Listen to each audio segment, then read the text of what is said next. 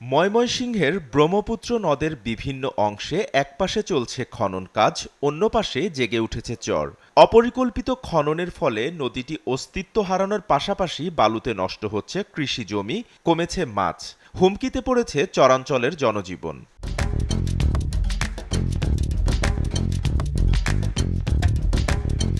নদীর পানি আছেন, জাল্লাও আছেন, অনেক জাল্লা মাছ মারছে।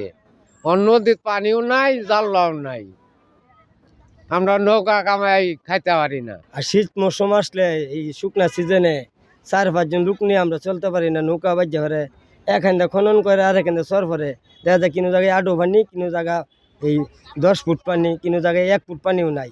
এই কৃষি জমি উঠে গিয়ে এরা বালু ফেলা, এরা বালু বেছে আর নদীতে করতেছে পার ভাইন্দা আবার এই নদী আবার এইভাবে ভরট হয়ে যেতেছে। এতটুকু যা আর প্রত্যেক বছরই আমাদের নৌকায় কষ্ট করতেছে এইগুলি নিয়ে। আর বালু উঠে তারা নদীর থেকে বিক্রি করা হয়, এটা তো অনেক লোকই জানতেছে, শুনতেছে, কিন্তু আসলে তো নদী খুদার কাজ কিছু হচ্ছে না।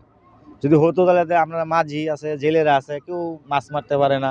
খননের নামে নদীকে খালে রূপান্তর ও রাষ্ট্রীয় অর্থ অপচয়ের সাথে জড়িতদের আইনের আওতায় আনার দাবি জানান এই নাগরিক নেতা। তথা ময়মনসিংহ বিভাগের মাঝখান দিয়ে বয়ে যাওয়া যে ব্রহ্মপুত্র নদ, এই ব্রহ্মপুত্র নদকে এই অঞ্চলের মানুষ খনন করার জন্য দাবি তুলেছিল এবং সেটার জন্য 2700 কোটি টাকা বরাদ্দ করে ময়মনসিংহ শহরকে ব্রহ্মপুত্র নদকে খনন করার জন্য বলা হলো।